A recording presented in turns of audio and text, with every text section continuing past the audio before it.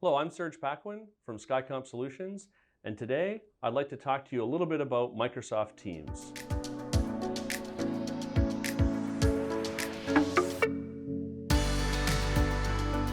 You may not know this, but if you're an Office 365 subscriber, you already have access to Teams. And even if you do know that you have access to Teams and you're using it for chat within your organization, you might not know that you can set up some meetings in Teams to collaborate with users in your company and outside of your company. So today, I'd like to show you a little bit about how you can schedule an appointment with somebody and insert the Teams information. So on your computer, just like normal, just like you'd normally do, is you go to your calendar. There's many ways to do it. I'm going to show you one way that this is how I schedule meetings. And we'll go up to New Appointment. And just like normal, you'll schedule your meeting like you would. You'll set your time, let's say Tuesday at 9:30 a.m. for 1 hour. You'll go to Invite Attendees and type in who you're going to invite to this appointment.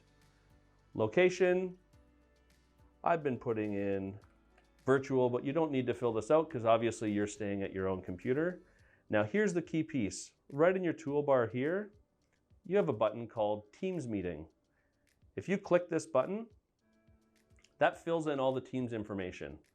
So when you send this invite, that invite will go to anybody that you've invited, and they'll have all of the information how to join the Microsoft Teams meeting.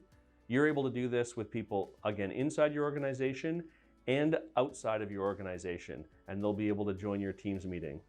You'll see with this information here, there's nothing about a dial-in number or a conference code. That's an extra feature with Office 365. Your Microsoft partner or Skycomp Solutions are able to help you add that onto your account. It's about a $6 a month fee, but you do not need it if you're going to use the Teams application on your computer. You only need that extra feature if you want to be able to have somebody dial in from their cell phone or phone into a conference bridge. So now I click Send the Meeting. The meeting's off and scheduled. The person on the other side received the invite, and when the meeting comes up, they are able to simply click the Join Microsoft's Teams meeting. It launches the Teams application, starts the Teams meeting, and away you go. One area that I didn't like in Microsoft Teams is when you join that meeting, your one Teams window would become your meeting, which means you didn't have access to your chat locations, and if you had any other chats going on, you had to maximize your Teams window for the video feed.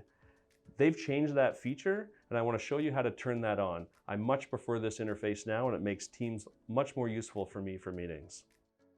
So you're going to go up to your icon right at the top corner, and you're going to click on that and go down to Settings.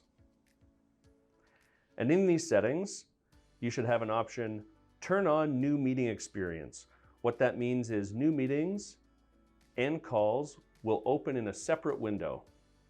If you don't see this option, it means the Teams application on your desktop hasn't been upgraded yet. So talk to your IT support to help you get that latest version of the client, and then you'll have this feature. We simply click that option and click Close, and we just have to restart the Teams application for this behavior to take effect. That's all you have to do. So now the next time you start a Teams meeting, that Teams meeting will pop out in a separate window.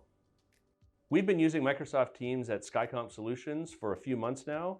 It's really helped us keep in touch with all of our staff working from home, and we hope this little tutorial might help you as well.